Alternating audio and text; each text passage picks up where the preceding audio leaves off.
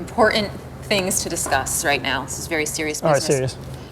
How often do you hear Tom Cruise? A lot. Probably every class, between that and Bill Clinton's voice. That's Donnie Malott, an Operations Supervisor at Raleigh-Durham Tower TRACON and the SUPCOM National OSW Oversight Group Chair. For serious, how did you get involved in air traffic? Lucky. I went into the Air Force to do pararescue, decided that I didn't want to move around that much and had no idea what air traffic was. But I had been at Lackland Air Force Base, surrounded by nothing but brown buildings, and I'm a beach person. So they were like, this place is at the beach.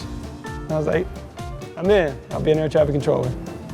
So I went to Biloxi, Mississippi to get trained, and it was a dirty lake, it wasn't the beach, but that's how I became an air traffic controller. I fell in love with it. It's different every day, and that's what I love about it. You never see the same thing twice.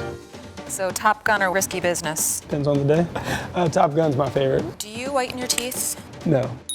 Here's what I got. I got 4 cats, 3 dogs, 2 horses, 3 kids, and a wife.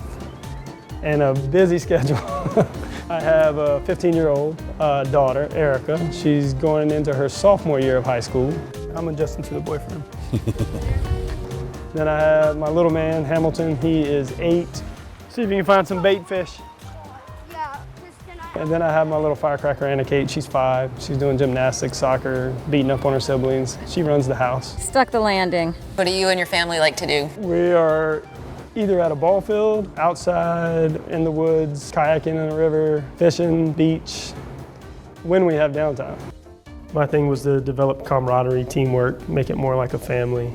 I did that at Raleigh as an operational supervisor. If it's not us versus them, then, and we make this about one team, one mission, then it's a lot better for everybody. It's fun to go to work, you enjoy work, it should be fun.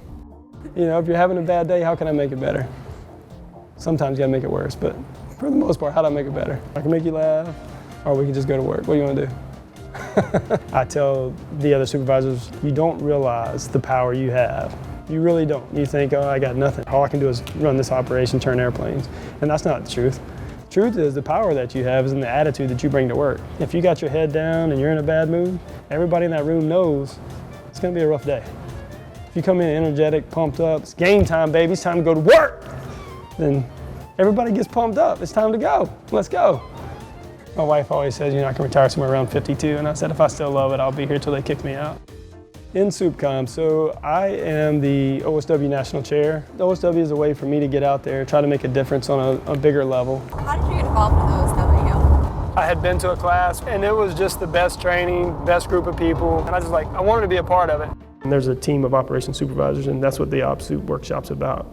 We foster that team to know that you're not in it alone. You've got 1,800 other people here that you can count on to help you.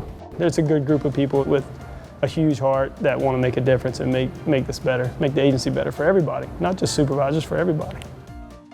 Being an OSW facilitator and now the chair, I feel like I've mentored and coached numerous front lines, and I think the part where I can help them most that I see is the people skills. It's about relating to people. It's about taking care of people. Your team should be like a family, so that's your family away from your family, home away from home type stuff. So you're like a parental figure. Take care of them.